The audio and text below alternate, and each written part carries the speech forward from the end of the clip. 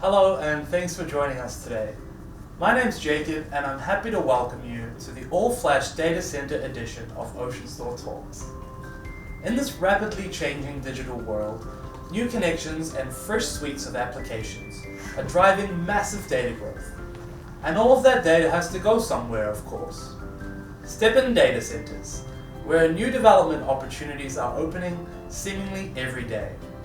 It's the quest for greener, more reliable operations that has led to the rise of all-flash data centers. I'm joined today by Amy Liang, Director of Huawei's Enterprise Data Storage Technical Sales Department, who is here to share her unique insights into the concept. Amy, thank you very much for joining us. Yeah. Hi, Jakob. Thanks for having me.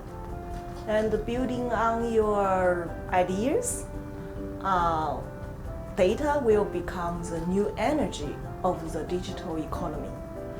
How to efficiently store and access that energy will therefore be an essential driving factor in developing the entire digital economy.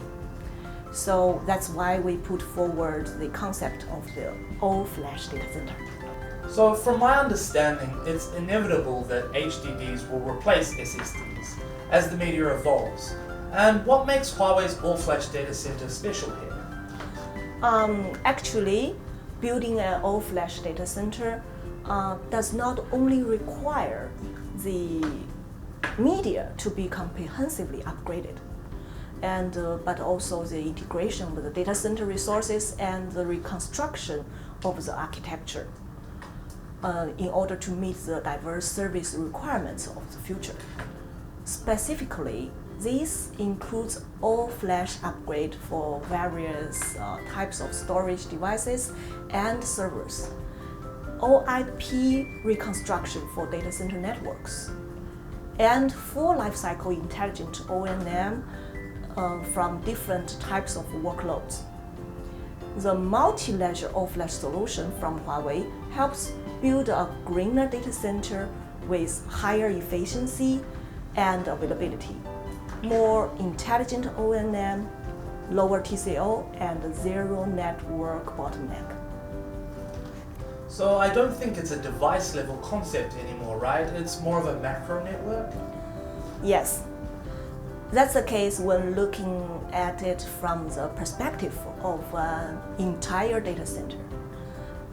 We also have a concept, make hot data fully redundant and warm data hot, also the cold data warm.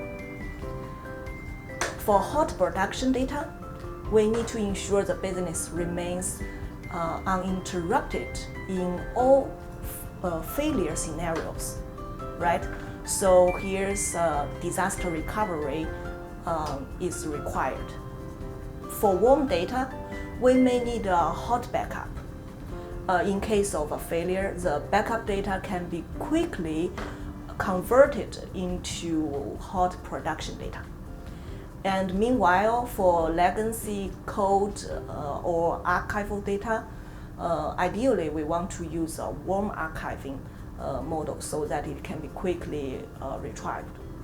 So we have full disaster recovery of hot data, hot backup of warm data, and warm archiving of cold data. Everything seems to be warming up. Exactly. And in this way, the data access efficiency will greatly improve. And that allowed us to explore more business potential. Now, in the past, we used to worry about data loss in the event of an unexpected flash memory power outage. Is this issue resolved now? Actually, in terms of the flash technology itself, the problem is currently, I think, not existing anymore because flash itself is a non-volatile media. So, and furthermore, the service life of the SSDs exists the HDDs. So there's no problem for this anymore. And I understand that many customers, they may think that the all-flash systems has not as long history as the traditional storage systems. So therefore, some products may lack of extensive enterprise class features, such like metro functions, the replication functions, and clone functions, as well as high-density snapshot functions. In the past, these concerns were major roadblocks. We are promoting all flash in mission-critical scenarios. For example, an inefficient disaster recovery solution resulting in a shutdown of the Tokyo Stock Exchange last October. After the hosts failed, services were interrupted for several hours, which is simply unacceptable in this world, I think. Yeah. And now, Huawei has already introduced those disaster recovery function as well as backup solution to eliminate the single point of failure. With this system-level data protection method, we can solve those service continuity or data security issues. So with system-level data protection like this, we don't need to worry about data loss, even if the entire storage system fails. But all-flash is also used for data protection, especially backup devices, so is it cost-effective here?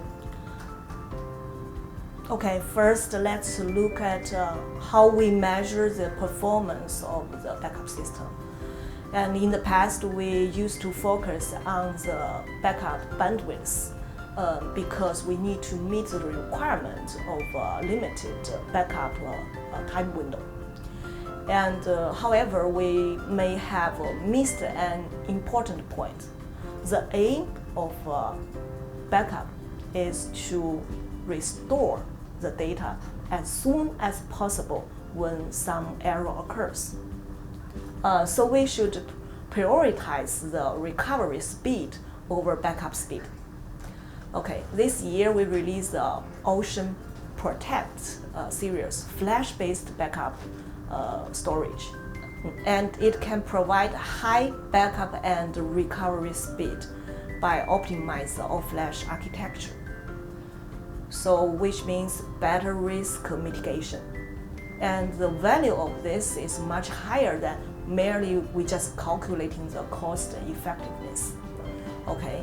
In addition, the price of flash media is reducing year by year. So there are also enhanced data reduction methods which can allow us to store larger volumes of data in the unit raw capacity. This also means even lower TCO at all. And another aspect worth mentioning is that by using the flash storage, we can greatly reduce the power consumption per unit. This is energy saving value brought by the all-flash data center.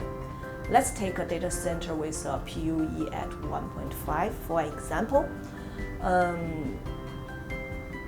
If the storage system saves for 1 kilowatt, then the whole data center will save 1.5 kilowatts. And in this way, the cost effectiveness of the all-flash data protection solution is higher than that of the traditional solution. So if the storage device saves 1 kilowatt of electricity, the entire data center will save 1.5 kilowatts, is that right? Yes, this is very important. And with the rapid increase of data volume and applications, large data centers becomes even larger. And small and edge data centers also grow in numbers. On a global scale, data centers became the huge consumer of energy. I think this is a very important driving force for us to promote all-flash data center. They not only improve the value of data, but also save power. One could even argue that building these power-saving data centers is our corporate social responsibility.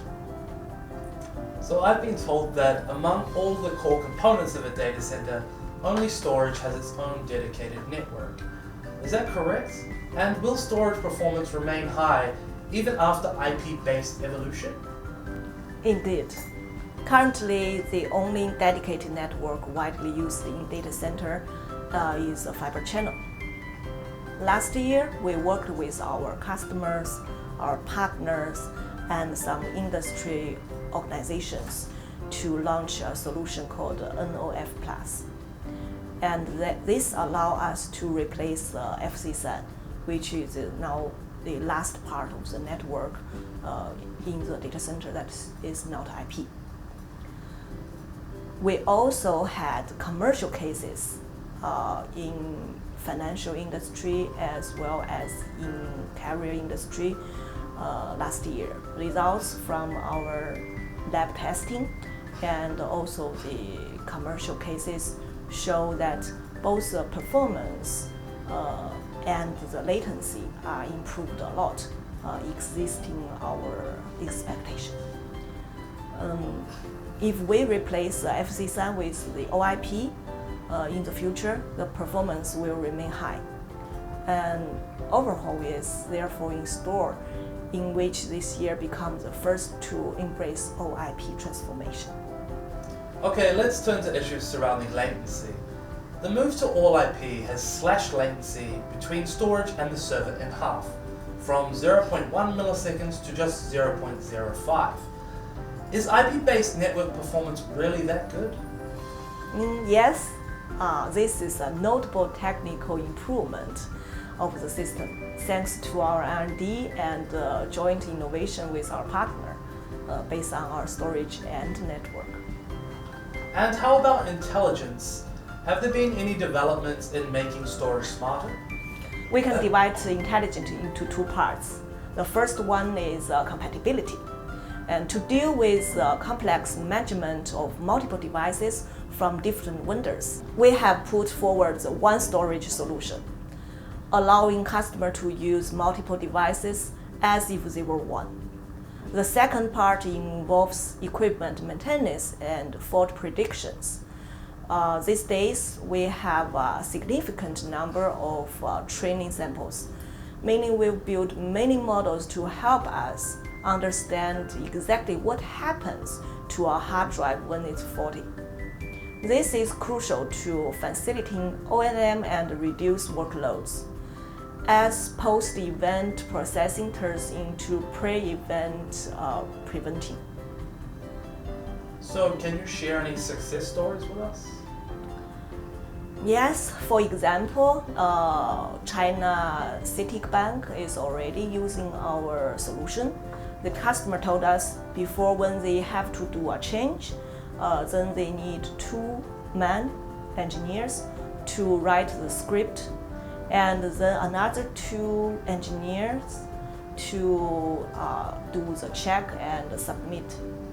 And then during the change time, always at night, they need another engineer to do the upgrading. Meanwhile, the 4 person before, they need to be there standby.